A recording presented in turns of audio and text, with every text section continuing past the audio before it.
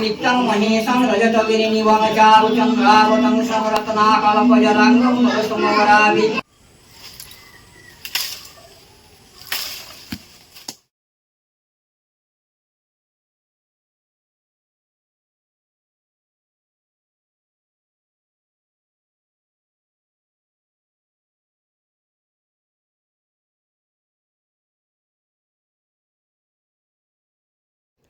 শ্রাবণ মাসের দ্বিতীয় সোমবার, যেখানে ভোলে বাবা কেবলমাত্র একটা বেলপাতাতেই সন্তুষ্ট হয়, সেখানে এত চারিদিকে সবুজে ঘেরা, অথচ বেলপাতা তুলব না, এটা কি করে হয়? তাই দেখো, বাবা মহাদেবকে সন্তুষ্ট করতে আমি সকালবেলায় সংসারের কাজবাজ সেরে তাড়াহুড়ো করে বেলপাতা পাড়তে চলে এসেছি। আর জানো তো বন্ধুরা, বেলপাতাটা গাছে এত বেলপাতা ছিল, কিন্তু সবাই এই গাছের থেকে বেলপাতা পেড়ে পেড়ে শেষে একদম নিচের দিকে যতগুলো ডাল ছিল একটাতেও বেলপাতা নেই, সব ডাল ভেঙে সবাই নিয়ে চলে গেছে। ওই যে আগের সোমবার আমি যখন পুজো দিয়েছিলাম তখনও বেলপাতাগুলো খুব সুন্দরভাবে তুলতে পেরেছি, আর আজকে এসে দেখছি এ বাবা অনেক উঁচুতে ডালগুলো। তো কি করব, পারতে পারছিলাম না বলে অতগুলো হাতে করেই তুলে নিলাম, যে যদি বড় ডাল ভাঙতে না পারি অন্তত কয়েকটা বেলপাতা হলেও হাতে নিই, কারণ একটা বেলপাতাতেই বাবা মহাদেব অনেকটাই সন্তুষ্ট হন। তাই কয়েকটা বেলপাতা তুলেছি আর একটা বেল পেড়েছি, কারণ আমি না নারকেল দিয়ে পুজো দিই না, আমি বেল দিয়ে পুজো দিই। আর এই বেল দিয়ে কারা পুজো দাও তোমরাও কিন্তু একটু কমেন্ট করে বলবে। তো এত কষ্ট করে বেলপাতা তো পেরেই নিয়েছি, কিন্তু জানো তো যে বেলটা পারলাম সেটা আবার ফেটে গেছে। আর বেল ফেটে গেলে সেই ফাটা জিনিস কখনো ঠাকুরকে দিতে নেই, তাই চটপট করে আর একটা বেল পেরেছি। এটা অনেকটাই সুবিধা হয়েছে যে ঘাসের ওপর পড়েছে বলে একটুও ফাটেনি। তাই এখন না মনে মনে ভাবলাম, যাই হোক বেশি আর হায়রান হতে হলো না। এত সুন্দর বেলটা, তার সাথে আবার ঘাসের উপর পড়ে একটুও ফাটাফাটি কিচ্ছু হয়নি। আর নিখুঁত জিনিসেই আমার সবচেয়ে বেশি ভালো লাগে ঠাকুরকে দেবার জন্য। তো দেখো বেলপাতা নিয়ে এসে এখন স্নান করে চলে এসেছি। আর জানো তো এই শাড়িটা হচ্ছে নতুন শাড়ি। কয়েকদিন আগে মাসির বাড়ি গিয়েছিলাম একটা অনুষ্ঠানে, সেখানে এই সুতির ছাপাটা দিয়েছে। আর আমাদের বাঙালিদের গৃহবধূদের জন্য জানো তো যে কোনো পুজো অনুষ্ঠানে একটা সুতির ছাপা শাড়ি হলে আর কিছু লাগে না, আর আহামরি কোনো সাজেরও প্রয়োজন হয় না। ব্যাস শাড়িটাই যেন আমাদের সবচেয়ে বড় অলংকার, আর তার সাথে শাঁখা পলা সিঁদুর, এগুলোই যেন আমাদেরকে আরও বেশি উজ্জ্বল করে তোলে, রঙিন করে তোলে। আজকে একটু অন্য দিনের থেকে দেরি হলো, আগের সপ্তাহে আরও তাড়াতাড়ি গিয়েছিলাম, আর আজকে সকাল থেকে বৃষ্টি হচ্ছিল বলে যেন আর একটু দেরি হয়ে গেছে। তাই একটু তাড়াহুড়ো করে শাড়িটা পরে নিজেকে রেডি করে নিচ্ছি। তো প্রিয় বন্ধুরা, ছোট্ট একটা গ্রাম থেকে আমি মুনমুন, তোমরা সবাই কেমন আছো? আশা করছি ভালো আছো, আর আমিও খুব ভালো আছি। আজ যেহেতু শ্রাবণ মাসের দ্বিতীয় সোমবার, তাই একটু বাবা ভোলেনাথের মাথায় জল ঢালতে যাব বলে নিজেকে রেডি করছি। আর তোমরাও কিন্তু অবশ্যই কে কোথায় পুজো দিতে গেলে সেটা বলবে। যদিও আমি প্রতি বছরে আমাদের গ্রামের মন্দিরে জল ঢালি, কোথাও যেতে পারি না, তবে ইচ্ছে ছিল, ইচ্ছে আছেও, জানি না ভগবান কি লিখে রেখেছে যে আগামী দিনে কোথাও যেয়ে জল ঢালতে পারবো কিনা।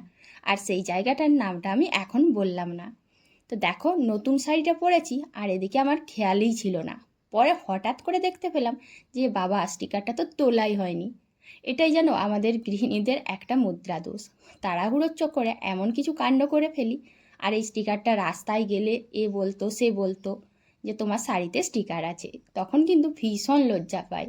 আমার তো খুব খারাপ লাগে যে কারেন্টের বোর্ডের চার্জে দিয়ে ফোনে তখন সুইচ দিই না, আর শাড়ি পরলে এরকম স্টিকার তুলতে ভুলে যাই। শ্রাবণ মাসে অনেকেই প্রথম আর শেষ সোমবারটাও করে, আবার অনেকে চারটেই করে। তো যাই হোক আমিও চেষ্টা করি চারটে করার, তারপর বাকিটা ঈশ্বরের কৃপা। যেহেতু আমি পুজো দিতে যাব, আর পুজো দিতে যাওয়ার আগে অবশ্যই আমাদের মতন অস্থিদের পায়ে আলতা বিশেষ প্রয়োজন থাকে, কারণ বাবা মহাদেব এর খালি পা দেখলে ভীষণ ভীষণ অসন্তুষ্ট হন। তাই একজন এস্তি হয়ে কখনোই খালি পায়ে আমি পুজো দিতে যাই না। তো দেখো নিজেকে রেডি করে আলতা পরে এখন ঠাকুর পুজোর জিনিসগুলো রেডি করছি। আর আজকের ব্লগটা জানো তো শুধু পুজো নিয়েই। হ্যাঁ, অন্যদিন হয়তো আরও অনেক কিছু তোমরা দেখতে পাও, কিন্তু আজকের দিনটা, বিশেষ করে এই শ্রাবণ মাসের সোমবারটা, আমি শুধু তোমাদের সাথে পুজো দেওয়ার ব্লগেই শেয়ার করি। তো আশা করছি যারা যারা ভিডিওটা দেখছো তোমাদের ভালো লাগবে, তাই পুরো ব্লগটা দেখো আর একটুখানি একটা লাইক আর কমেন্ট করবে। তাহলে গ্রামের থেকে এই ছোট্ট একজন ইউজার তোমাদের জন্য অনেক অনেক অনেকটাই এগিয়ে যেতে পারবে। বেলপাতার ডাল থেকে একটা একটা করে বেছে বেছে বেলপাতা নিচ্ছি। কথায় আছে না, বেলপাতা, একটা বেলপাতা দিলেই সেখানে মহাদেব অনেক সন্তুষ্ট থাকে, আর কিছু লাগে না। আমরা হয়তো পুজো দিই অনেক কিছু দিয়ে, কিন্তু একটা বেলপাতাতেই যথেষ্ট। তো বেলপাতাগুলো ভালো করে বেছে নিয়ে এই যে সোজা চললাম মন্দিরের দিকে।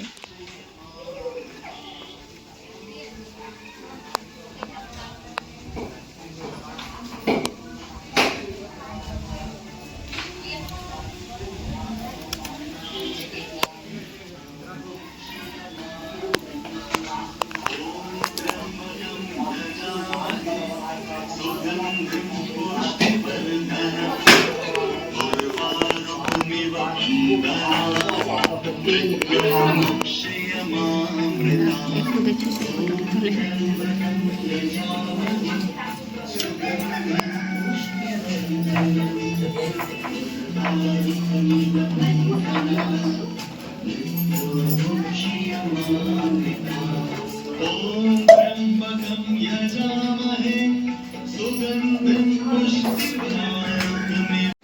বেশ অনেকটা দূরেই মন্দির, আর এসেই দেখি বাহ, অনেক ভিড় হয়েছে। আসলে এই টাইমটাই যেন সবাই যেয়ে হাজির হয়েছে।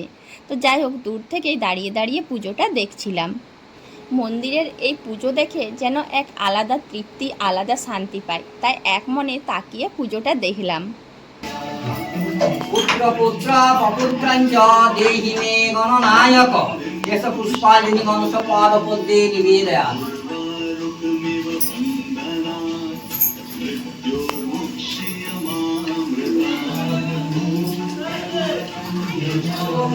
नित्यं महेशं रजतगिरिनिवं चारुचन्द्रावतं सहरत्नाकल्पजराङ्गं वरसमवराभिहस्तं प्रसन्नं पद्मासीदं समन्तस्तुतमरगणे वर्धपित्तिं वसादं विसर्जं विश्वबीजं निखिलभयहरं पञ्चभद्रहितनेत्रं ॐ नमः शिवाय।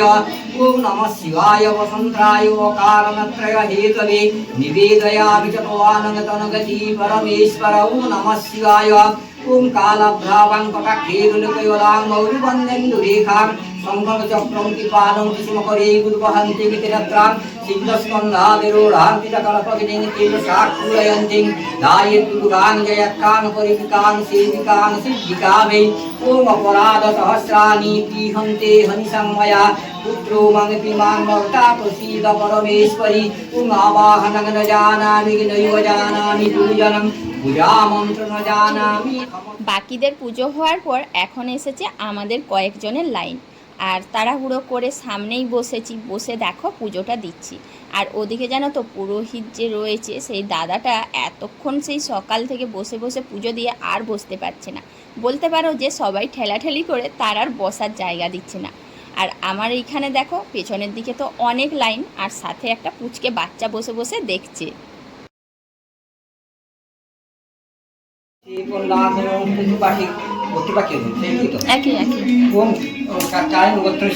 ओम महादेव पादपद्मे निवेदयामि।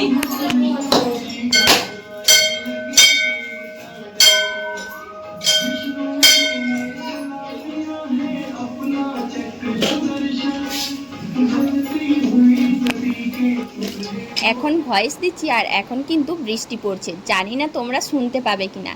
তো দেখো পুজো দিয়ে ঠাকুরের কাছে কিছু প্রার্থনা করলাম, আর সেটা থাকে পরিবারের জন্য, বিশ্ব সংসারের জন্য, বাবা মহাদেব যেন সবার মঙ্গল করে। ব্যাস এটাই আমার চাওয়া।